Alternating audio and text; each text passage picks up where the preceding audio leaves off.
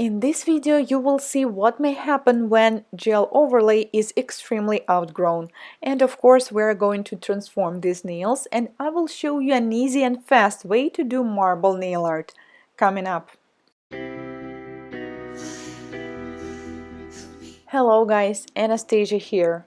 Today I have a new client from a different salon and her gel overlay is extremely outgrown. It's been 2 months or maybe 2.5 months, we're not sure, but you can see what happened. Her pinky is already damaged because she hit it, and we need to take off the product from the rest of the nails. I have to say that she did a good thing by filing them short, because if she didn't, it would be much worse than that, so this is good that she did that. But even then, having gel overlay for such a long period of time without taking it off or doing fills is very bad and damaging for natural nails. When nail technicians are telling their clients you need to come back for the infill after 3 to 4 weeks, it's not because of the marketing, trust me. 3 to 4 weeks is an average time to do fills. It may vary from one client to the other because some clients have nails that grow really fast, some of them have the opposite, but this is that perfect time when we need to do fill. It is not supposed to hurt, have any lifting or feel uncomfortable. Once it does, it means that nails are definitely too outgrown already. I think you can see the massive lifting here, and it may happen for different reasons. I'm not saying that it happened only because the nails are outgrown. Maybe the lifting was there from the beginning, which is even worse. And here it goes. Goodbye lifting, just fly away. Normally, the product should not peel or lift even when it's outgrown like that, but now it is really hard to say what was the reason, because maybe she filed them shorter too late. Once the product already started lifting near the cuticles, we can also see some cracks, but regardless, we definitely need to take the product off completely. I'm using ceramic bead. The speed is 20,000 rotations per minute. I picked the one with green and blue abrasive mark because I thought that we need to work on a lot. But since we have so many lifted parts, I guess the blue one will work just fine as well. When the lifted parts are flying all over, we need to be extra careful and not overfile the nail, because we may simply not notice that and continue filing the nail, so please be careful. If you do not feel confident about doing that, then you may switch to the softer abrasive or to the hand file. And by the way, I have eFile 101 online course. I will leave the link down below so you can learn more about it. Then we are going to do the prep. First, I will push back the cuticles using orange wood stick. This is a great tool, and the greatest thing about it is that it is a single-use tool.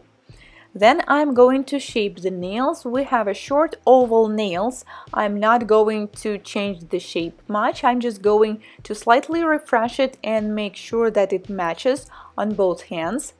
We also have a pinky nail which is damaged and broken, so obviously it's gonna be the shortest of all of them. And I think I'm going to use some product to extend it, probably polygel, because I can use it without using forms or tips. I'm using 180 grit file, and by the way, this one is also single use. Once I'm done, I always give them to my clients so they can shape their nails if they wish, or if they don't need them, I simply throw them away. Then we're going to push back the cuticles. I'm going to use diamond bead. This one is called Flame with red abrasive mark. The speed is 15,000 rotations per minute. By the way, I just noticed that this client has gorgeous nail plates, right? Even when her nails are super short, they still look great. People who have this kind of shape of the nail bed are really lucky because they have parallel sidewalls, which means any shape will perfectly suit them, whether it's a square, oval, or almond shape.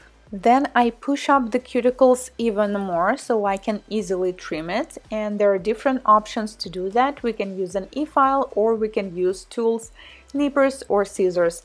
I usually prefer scissors, it's just easier for me to do it that way, and I'm trimming only the dead part of the tissue. This is how the nails look like after prep.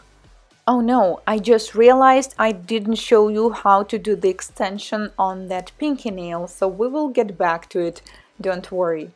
Then I'm going to apply dehydrator and wait until it's fully dry and non-acid primer. On this nail I'm going to do extension, so that's why I'm applying non-acid primer on the entire nail. But if you are doing soft gel overlay or just gel overlay, then you can apply it only on the free edge, because this is where usually we need an extra adhesion. Next step is applying base coat. I use it when I'm working with any light cured products, whether it's extension and overlay, hard gel, polygel, doesn't matter. We always need that. Apply a super thin coat and cure in LED for 30 seconds. I'm using the base coat by Cupa. I will leave the link down below to Amazon if you would like to see it too. Then I'm going to use a nude color. This one is by IBD Polygel, and I'm going to extend the broken part of our pinky nail. I decided to use polygel instead of hard gel because I can do it without using forms or tips. If I had to extend this nail longer, then it would be impossible and I had to use forms, but we can do it just like that without using it, and I will show you how. So we take a small amount of the product and basically working on air. Do not press on the product from the top too much because it's going to be underneath the nail and we definitely do not want that. So once you're happy with the shape, turn the hand around or simply put the brush underneath and make sure the product goes a little bit up. This method will work with medium to thick consistency polygels. If you're using the one that's kind of self-leveling or too thin consistency, it will not be too comfortable. I cured it for 30 seconds in LED, then I took a little bit more and I'm going to apply it from the cuticle towards the free edge.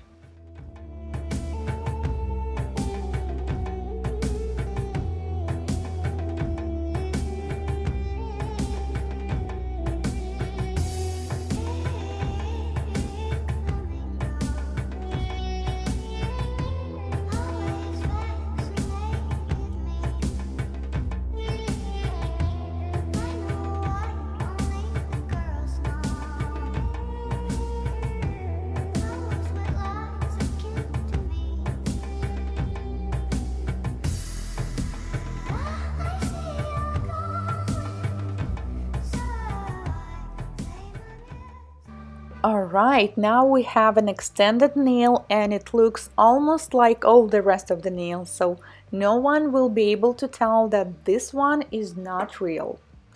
With the rest of the nail, the prep is very similar. I'm applying dehydrator and once it's dry, I'm going to use non-acid primer. But this time I will apply it only on the free edge. This is how I normally apply it whenever I'm doing gel overlays. Keep in mind that if you're going to use non-acid primer like that, it will be really hard to soak off the enhancement. So if you're using soak off method, just keep that in mind. I do not really use this method a lot. I usually file off the product from the top. That's why it doesn't matter to me. Then I'm going to apply a thin coat of the base. Make sure it is not touching the sidewalls or the cuticles. If it does, take the orangewood stick and quickly clean it before curing in the lamp. Cure for 30 seconds and then we're going to apply the color. I decided to use this beautiful electric blue on one hand and later I will show you which color we decided to use on the opposite one. Apply first coat, cure for 30 seconds and apply the second one. Let's do the nail art. By the way, the color looks gorgeous already. I'm going to use the same color I used for the background and white gel polish. I'm mixing blue and white, so we get something like light blue. And then I will be adding more blue, so we will have some kind of the gradient starting from the light blue all the way to the dark. Then I applied blooming clear base coat on the nail, and without curing, I'm taking just a little bit of each color, white, blue, light blue, all the colors in between, with a thin detailer brush, and just going to apply the lines. And this is what happens, magic! Blooming gel is doing everything for you. It is creating some kind of color fade and moving the colors a little bit. So you need to apply a little bit of this mix, whatever you wish, and then just wait. Once again, we apply blooming gel. I'm using the one that is clear. I am not curing it, it's supposed to be wet, this is super important. And then I take a few drops of each color that I mixed and just apply it in any spaces, just like that. And then you need to wait. Do not apply too much blooming gel on the nail because we may end up having thick and bulky nails. Once you're happy with the lines, cure it for 1 minute in LED. Last step will be sealing with the top coat. I already like this look. So once we apply the top coat, we also cure it in LED, and this is the result. Gorgeous white marble on a blue background. We already tried it on another hand with a different color, dark green. It looks different, but I think it is also pretty nice. Let me guys know what do you think. If you're first time here on my channel, consider subscribing, as I post new nail art tutorials and transformations, just like this one every week. See you in my next one. Goodbye!